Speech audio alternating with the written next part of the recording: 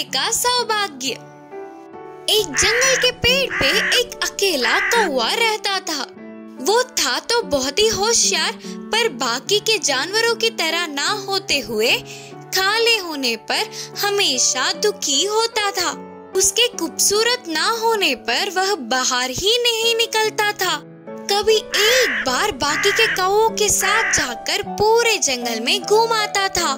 एक दिन जंगल के तालाब में आराम से तैरती हुई हंस को देख उसके पास जाकर बोला, अरे वाह, कितनी गोरी और खूबसूरत हो। तुम्हारे जैसा सुंदर और खुश कोई भी पक्षी नहीं होगी, और एक मैं हूँ जो ऐसा हूँ। बोलते हुए अपने आप को कोसने लगा। हंस ने कहा, मैं भी ऐसे ही सोचकर गर्वित थी, लेकिन तोते को देख पता चला कि मैं कितनी गलत थी। मैं तो बस एक रंग में हूँ, पर वो तोता लाल और हरे रंगों में कितनी सुंदर है। बोलते हुए हंस उदास हुई। तुरंत कौवा पेड़ के ऊपर तोते के पास उड़ता हुआ गया। हंस ने ऐसा कहा करके बोला, हाँ, हंस ने सही कहा। मैं अपने रंगों से बहुत खुश थी, लेकिन मोर को देख के लगा कि सुंदरता तो ये है। मुझ में तो सिर्फ 2 ही रंग है, वही मोर में कई रंग। तोते ने थोड़ी सी जलन से कहा। तो तुरंत मोर से मिलकर कौवा इन बातों को बताना चाहा और पूरे जंगल में ढूंढ लिया, लेकिन उसे मोर कहीं नहीं दिखी। जान पहचान वालों से भी पूछने पर मोर का पता नहीं चला। ऐसे थोड़े दिन बीत गए।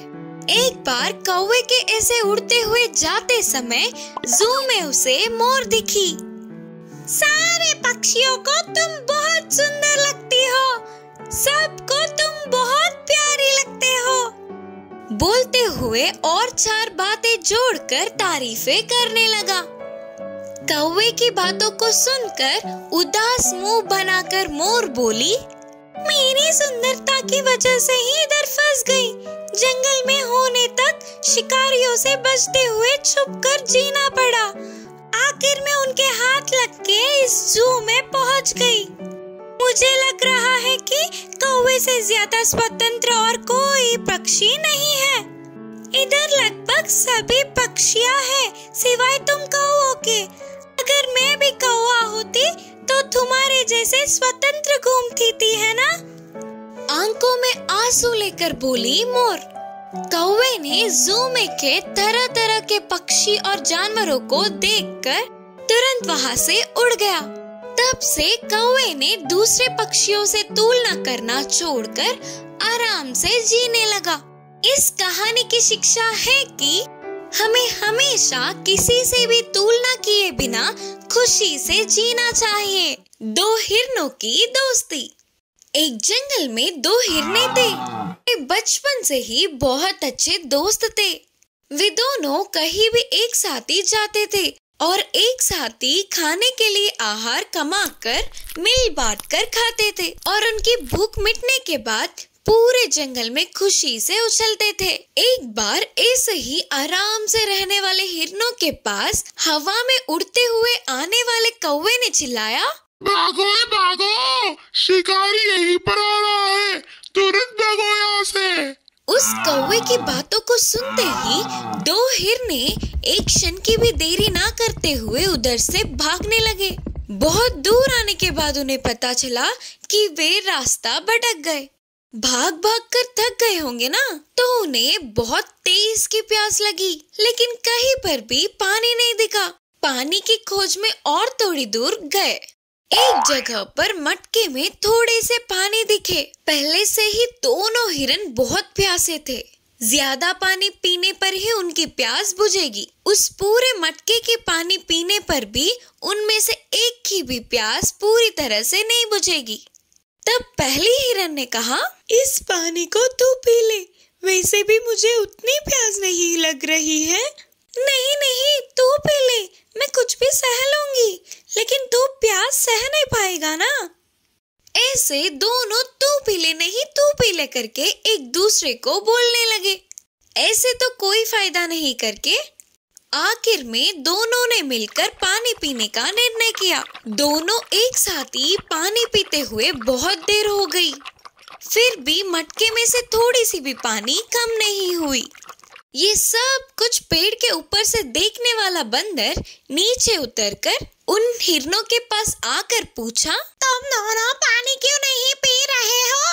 अगर मैं पानी पीऊंगी तो मेरे दोस्त के लिए कम होगा ना।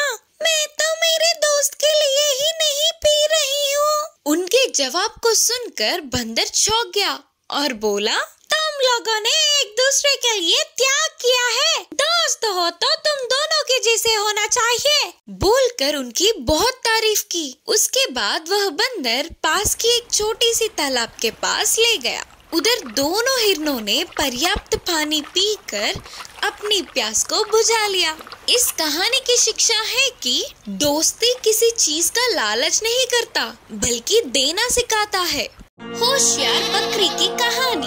एक गांव में गोपी नाम के व्यक्ति के पास बकरियों का झुंड था। वह रोज उन बकरियों को घास चराने के लिए पास के जंगल में ले जाता था।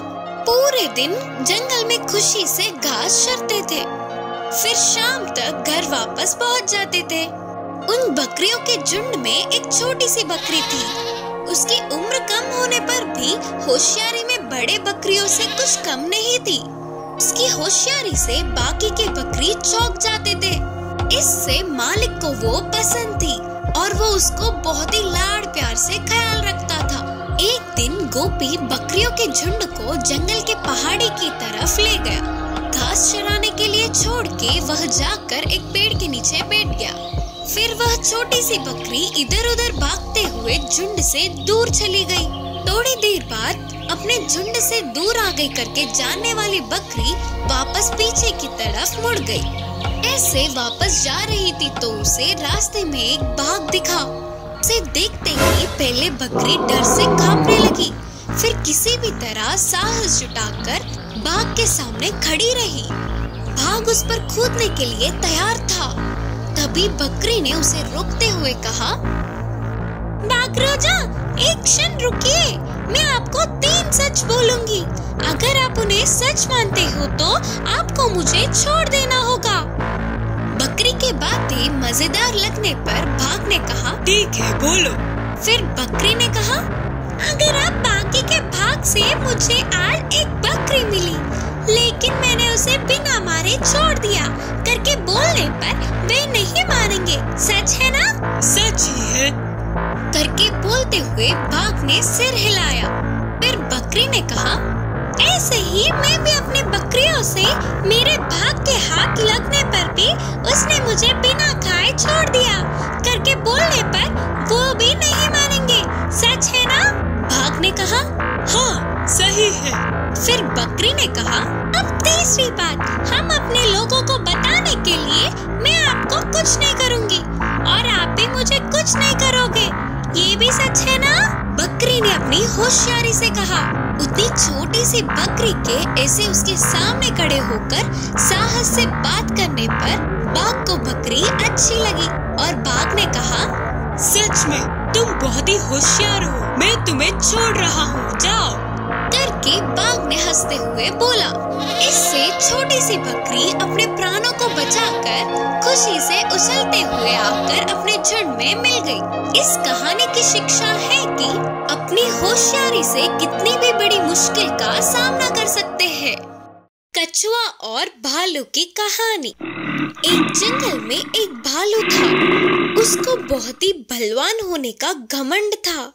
वह जंगल के जानवरों से बिना किसी वजह से लड़ाई करता था, उनको रुलाता था और मारता था। इससे वे सब इस भालू का हमसे पीछा कब छूटेगा करके इंतजार करते थे। उस जंगल में शेर, बाघ और हाथी जैसे बड़े बड़े जानवरों का ना होने पर भालू का कोई मुकाबला ही नहीं था। भालू ने एक दिन जंगल के सारे जानवरों को बुलाया और कहा, इस जंगल में मुझे हराने वाला कोई है क्या?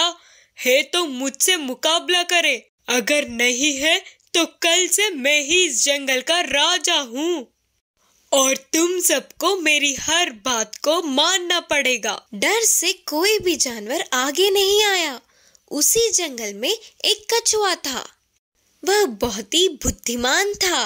किसी भी तरह उस घमंडी का खेल खत्म करके उस जंगल का रक्षा करने की सोचा। वह तुरंत भालू के सामने आकर बोला, मैं एक पैर पे रस्सी बांधकर इस तालाब में कूदूंगा। अगर तुम में इतना ही बल है तो मुझे बाहर खींच सकोगे तो खींच लो। पानी में मुझे कोई हरा नहीं पाएगा। करके कछुए के बोलने पर भालू हंस हंस कर बोला, हाँ, क्या मैं तुम्हें बाहर नहीं खींच सकता क्या?